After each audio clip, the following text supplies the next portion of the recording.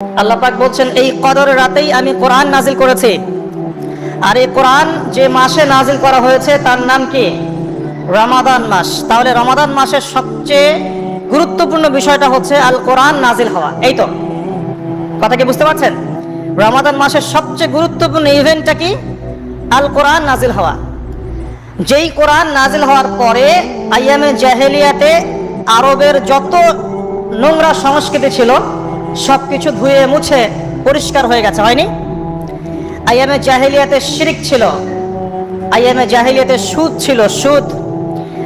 আইয়ামে জাহেলিয়াতে মাদক দ্রব্যের প্রচলন ছিল, নারীর অবমাননা ছিল, মেয়েদেরকে জীবন্ত কবর দেওয়া হতো, জেনা ছিল, ব্যভিচার ছিল, ধর্ষণ ছিল, মেয়েদের অধিকার ছিল না, দাস প্রথা ছিল, জুলুম ছিল, অন্যায়, মারামারি, কাটাকাটি, রাহাজানি, যুদ্ধ বিগ্রহ, এগুলো আইয়ামে জাহিলিয়াতে পূর্ণ ছিল।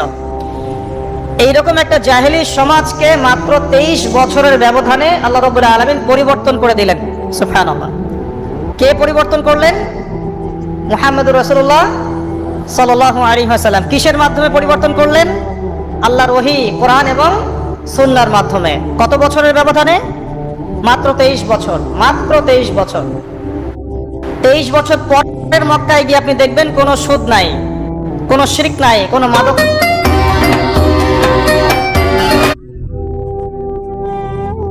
নাই, কোনো নারীর অবমাননা নাই, সেখানে মেয়েদেরকে আর ধর্ষণ করা হচ্ছে না, সেখানে আর মাদকদ্রব্য মানুষ খাচ্ছে না, সেখানে ভাই ভাই হয়ে গেছে সবাই, একে অপরের সাথে কোনো মারামারি কাটাকাটি ভেদাভেদ নাই, সবাই একটা উম্মাহ হয়ে গেছে। তো এই যে 23 বছরে একটা নোংরা সমাজকে আলোকিত সমাজে পরিণত করা হলো কিসের মাধ্যমে? আল কোরআনের মাধ্যমে। আর সেই কোরআন নাজিল করা হয়েছে রমাদান মাসে। তাহলে এই রমাদান মাসে আমাদের সবচেয়ে বড় দায়িত্বটা কি? কোরআন কেন্দ্রিক জীবন গড়া, তাই নয় কি? কোরআন কেন্দ্রিক জীবন গড়া, কোরআন পড়তে শেখা, কোরআন মানুষকে শেখানো, কোরআনের অর্থটা বোঝা, কোরআনকে নিয়ে গবেষণা করা, কোরআনের দাওয়াত মানুষকে দেয়া এবং কোরআনের যে বিধান এটা বাস্তবায়নের চেষ্টা করা। এই তো কোরআন কেন্দ্রিক কাজ তো এইগুলোই। নবী সাল্লাল্লাহু আলাইহি ওয়াসাল্লাম এবং সাহাবায়ে কেরাম 23 বছর ধরে এই কাজগুলো করেছিলেন বলেই আইয়ামে জাহেলিয়াত একটা আলোকিত সমাজে পরিণত হয়েছে। আমার কথা কি বুঝতে পারছেন? আলহামদুলিল্লাহ। এখন আসেন খুব সরল কথা বলি যে আমরা যারা মুসলিম আছি কোরআন কেন্দ্রিক আমাদের কি কাজ করা উচিত, এই রমাদান মাসে আমরা কি করতে পারি এবং রমজান মাস থেকে শিক্ষা নিয়ে সারা বছর এটাকে ধরে রাখতে পারি কিভাবে, এটাই মূল কথা। অনেক বেশি কথার প্রয়োজন নাই, মূল কথা কিন্তু অল্প। রমাদান মাসে আমাদের প্রথম দায়িত্ব হচ্ছে আল কোরআন পড়তে শেখা। আমরা কারা কারা কোরআন পড়তে জানি? হাত উঁচু করে একটু। মাশাআল্লাহ, বেশিরভাগ মানুষই কোরআন পড়তে জানেন, আলহামদুলিল্লাহ। জাযাকুমুল্লাহ খায়রান। আল্লাহ পাক আপনাদেরকে বারাকাত দান করুন, দোয়া করি। প্রথম কাজ কোরআন পড়তে শেখা। পড়তে জানেন, আলহামদুলিল্লাহ।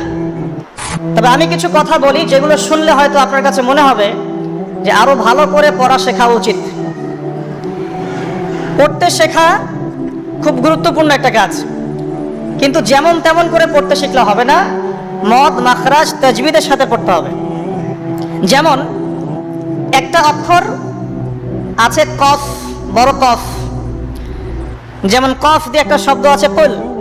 আপনারা সূরায় পড়ছেন নামাজে কুল হুয়াল্লাহু আহাদ, তাই পড়ছেন না? তো এই কুল শব্দের অর্থ হচ্ছে বলুন। কিন্তু আপনি যদি কফ এর মাখরাজটা ভুল করেন এবং কফ না বলে আপনি ছোট কাফ পড়েন এবং কুল না পড়ে আপনি কুল পড়েন, বলেন যে